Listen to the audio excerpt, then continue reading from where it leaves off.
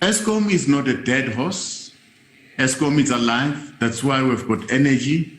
We're shedding energy because of the unplanned breakages. Usekela mongameli uthi le nkampani yakwa-Eskom iyangcambaza noxa nje inemingeni emininzi. Uthi iingxaki zale nkampani zibangelwa kukungaphuculi izikhululo zikagesi kwaye namatyala kwezimali. ESKOM is in a dire financial situation that it's not very easy to resolve.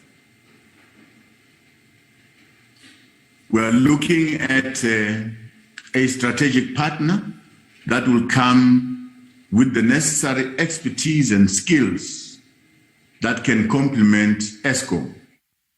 UMabuza ikhusele inqonyela yakwa-Eskom uAndre Director nanjengoko lo ka-Director ejongene namakhwelo ngamakhwelo ukuba azibeke phantsi iindambo.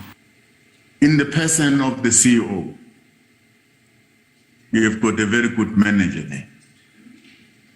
But remember, you've brought this manager into something that is ailing.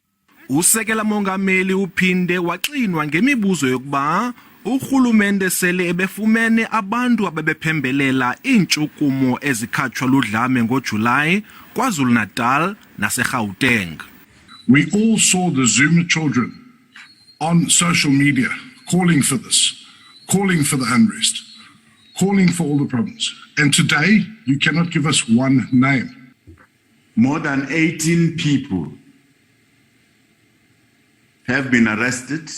Kusenjalo uMabuza uhlaba ikhwelo koomasipala abangenambutho ophumelele ngokugqibeleleyo uba babeke phambili iimfuno zoluntu ngokuthi baseke urhulumente kwabo masipala. Ulelani Philip, SABC News ePalamente.